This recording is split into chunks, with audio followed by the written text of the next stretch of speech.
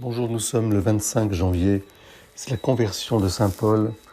Il me plaît de savoir que c'est aussi le dernier jour de la semaine de l'unité pour les chrétiens.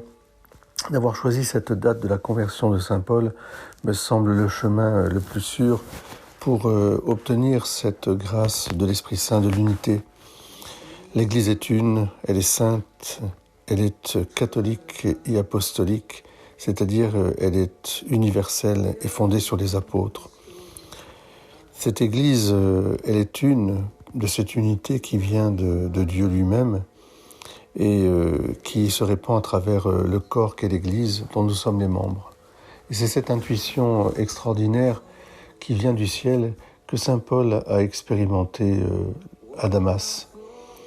Lui qui était persuadé que la religion était une affaire finalement d'un peuple, était l'affaire, une propriété d'un peuple, eh bien il s'est rendu compte au fond que cette religion, c'est-à-dire cette relation, était d'abord quelque chose qui était toujours en devenir, qui s'étendait et qui dépassait les frontières à la fois de la promesse, de l'héritage promis à Israël, d'être le peuple élu, et cet héritage reste, mais c'est un héritage en devenir pour s'étendre au monde entier. L'universalité du salut. Et à travers cette universalité du salut, nous comprenons mieux ce qu'est l'Église une. Elle est une dans le Christ Jésus qui répand sa grâce dans tous ses membres. C'est une Église une parce qu'elle accepte, elle reçoit sa vie même du Christ avec tout le don que le Christ a fait. Ce Christ, eh bien, il nous donne finalement ce cœur ouvert. Give thanks for a broken heart, comme chante Martin Smith. Un cœur ouvert, où coule l'eau et le sang. Un cœur ouvert sur la croix, où les sacrements de l'Église sont au cœur même de la vitalité du corps que nous sommes.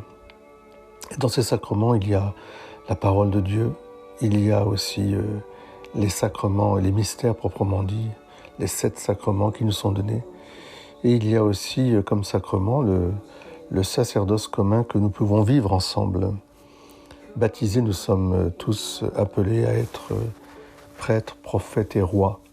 Et puis dans cette vitalité du sacrement de baptême, il y a aussi une mission qui a été donnée, confiée à des pasteurs pour guider le peuple de Dieu, ce sacrement de l'ordre qui est un service.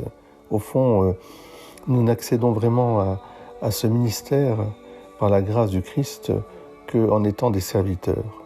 Ce n'est pas un pouvoir, c'est un service qui nous fait remonter à la grâce même du Christ.